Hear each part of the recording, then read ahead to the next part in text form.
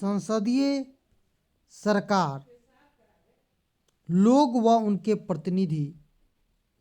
प्रश्न उत्तर बिहार बोर्ड कक्षा 8 तीसरा पाठ।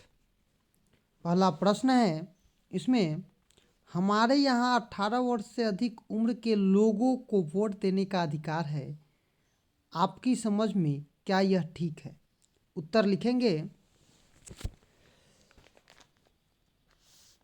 हाँ, यह ठीक है, क्योंकि 18 वर्ष के युवा में इतनी समझ आ जाती है कि वह अपने मत का प्रयोग करे।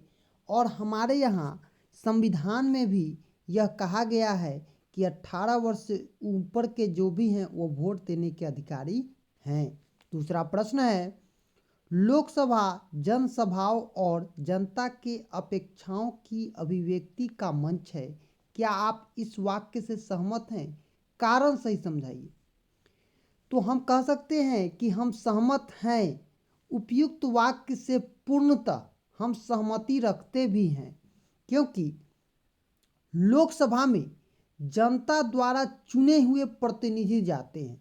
जैसा कि आप अपने गांव देहात में भी मुखिया को चुनते हैं।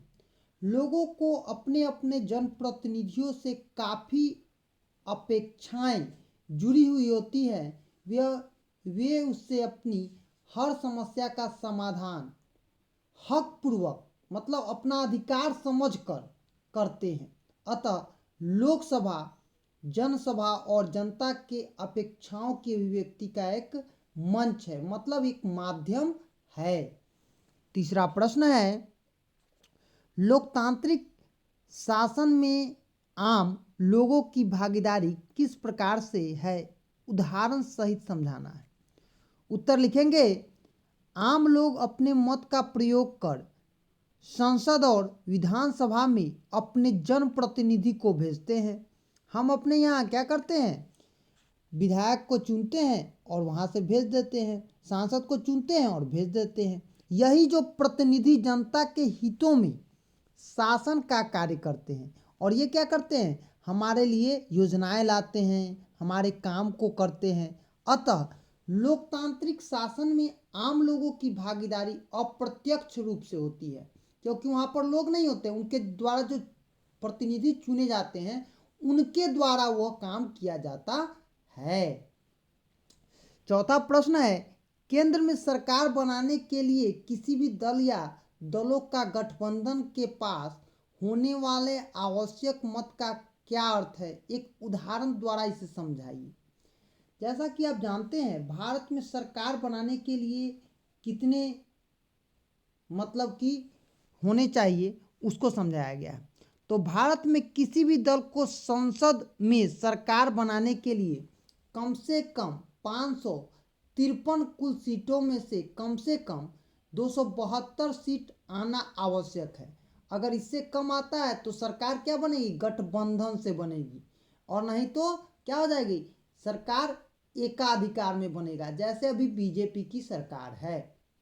अतः सदन में सरकार बनाने के लिए आवश्यक बहुमत का अर्थ होता है 272 सीट कम से कम प्राप्त करना, किसी एक दल को अथवा गठबंधन के दल में बनाना। अगर नहीं पूरता है तो हम गठबंधन में सरकार बनाते हैं। जैसे बिहार में नीतीश कुमार का गठबंधन बीजेपी से है, जदयू का बीजेपी से गठबंधन है। पांचवा प्रश्न है,